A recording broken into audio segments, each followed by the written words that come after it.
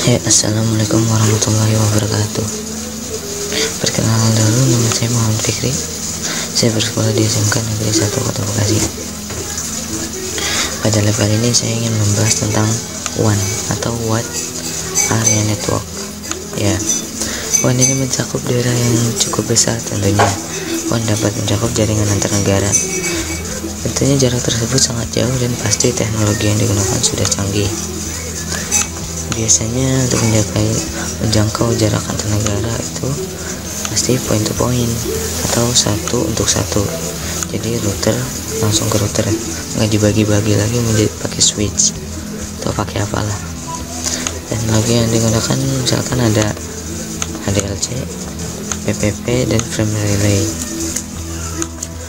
Tapi pada lab kali ini kita hanya akan membahas ADLC saja. Sebelumnya, apa itu ADLC? ADLC atau High Level Data Link Control itu teknik yang digunakan point to point menggunakan kabel serial. Istimewanya kita bisa mengatur clock rate. Apa itu clock rate? Yaitu aliran listrik yang bisa dikirim dalam hertz per detik. Jadi seperti kecepatan transfer datanya dalam per detik itu. Lalu ADLC ini merupakan Cisco proprietary. Jadi dia tidak ada pada vendor-vendor lain seperti yang lain. Lalu ADLC ini tidak ada autentikasi, kompresi, dan koreksi masalah.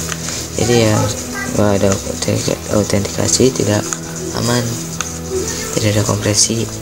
Jadi segitu-gitu aja. Lalu tidak ada koreksi masalah, jadi nggak tahu tuh langsung kekirim apa enggak. Dan ini tuh udah default atau langsung aktif ketika menggunakan kabel serial gitu.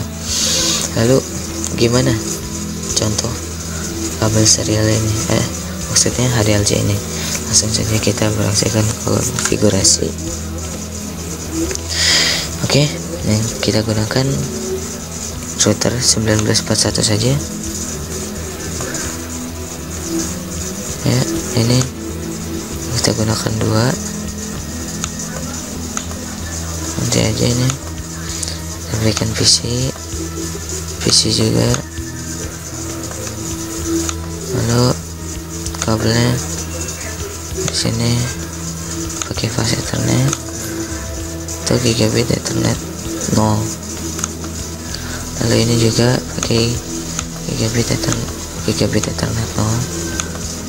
Nah, lalu kita ubah, kita nih gunakan kabel serial yang T ini, geser ke sini. Oh iya, sebelumnya dimatiin dulu, di shutdown. Nah ini ya satu aja, satu. Oh iya, nyalain lagi, jangan lupa. Lalu router satunya juga tambahkan kabel, maksudnya interface serial. Oke, nyalain lagi. Kemudian, jadi di sini tuh ada 2 interface nih, ada yang DCI dan DDI. Nah, untuk pengertiannya atau kepanjangannya saya sendiri lupa. Tapi ini tuh kalau kita gunakan DCI, kita bisa mengatur clock rate-nya. Jadi kalau misalkan di real asli, ini adalah di sisi ISP dan ini di sisi kliennya. Jadi sisi ISP, misalkan ini ISP, nah ini tuh dia bisa kirim, nah dia bisa ngatur clock rate nya, kecepatan transfer dari sini, dari sisi ISP ke sisi kliennya. Oke, ini bisa lihat tuh ada gambar jamnya, ini menggunakan DCE. Oke, langsung saja kita lihat deh.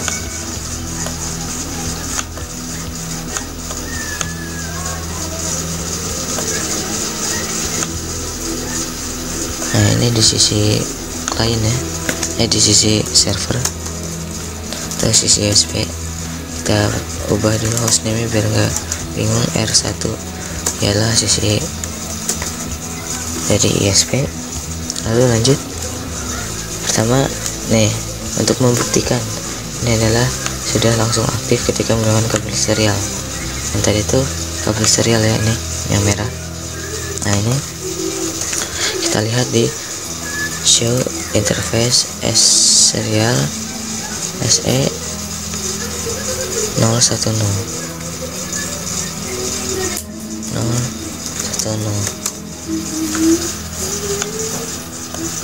Nah, di sini bisa dilihat encapsulation HDLC. Jadi dia itu emang langsung aktif ketika menggunakan kabel serial. Lalu gimana kita melihat clock rate-nya? Lihat clock rate-nya gunakan command show controller SE serial 010.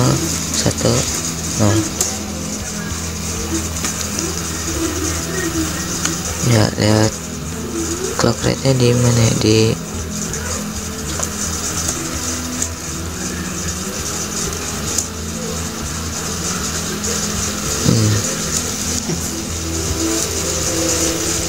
show sini ada kayak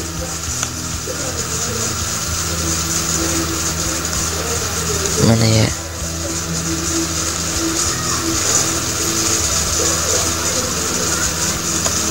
oke, di mana ya, coba lihat. Ini dia di atas nih, clock rate nya defaultnya ialah 2 juta. Jadi ya 2 juta aliran listrik per detik. Wow, tentunya ini sangat wow sekali ya. Nah, lalu pada sisi ini bisa dilihat pada sisi klien apakah ada clock rate nya juga.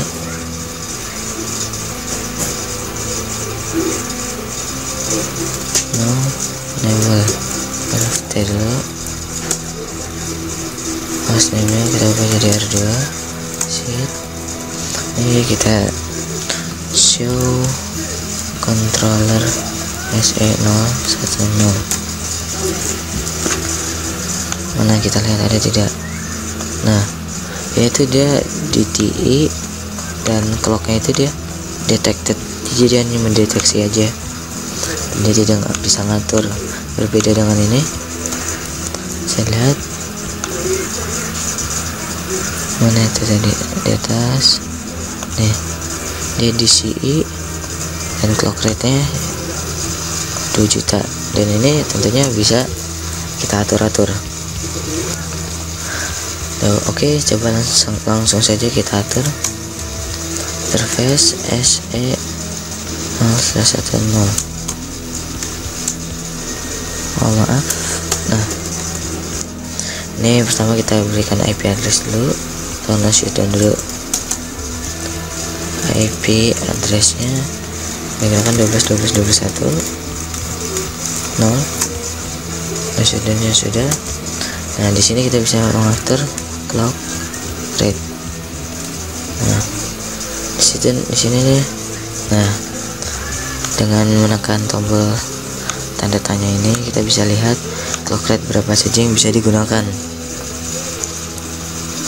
Nih, kita hanya bisa memilih from list above, seperti di atas ini, 1200, 1400, bla bla bla bla, dan defaultnya tadi adalah 2 juta.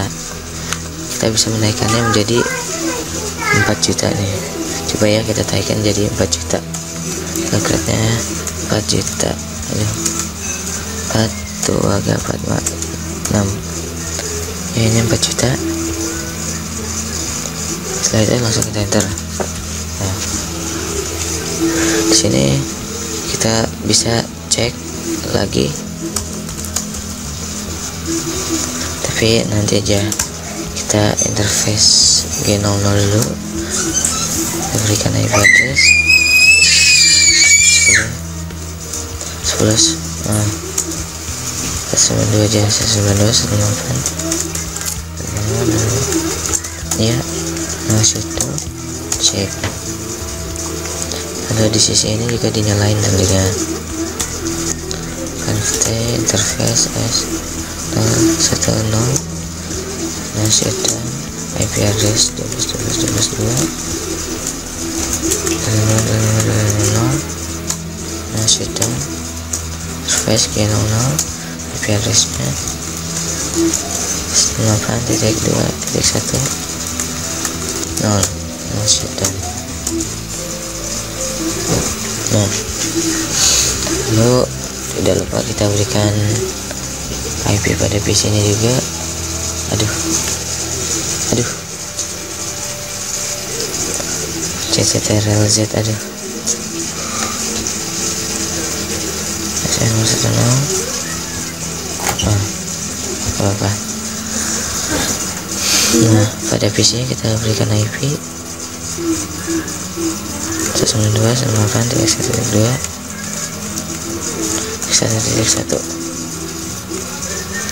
kesini juga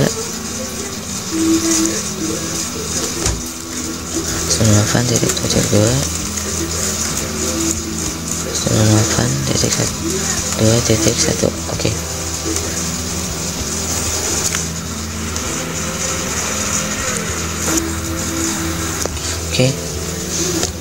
Oke, coba langsung kita lihat saja di sini clock rate-nya lagi show controller S010. Nah, ini yang tadinya bisa dilihat tadi 2 juta, sekarang 4 juta. Nah, ini kecepatan transfer datanya itu bisa dibilang 4 juta. Aliran transfer data per detiknya 4 juta bit mungkin. Ini ya. Jadi tadi sebenarnya dia itu udah bisa connect, cuma ya transfer datanya bisa kita atur.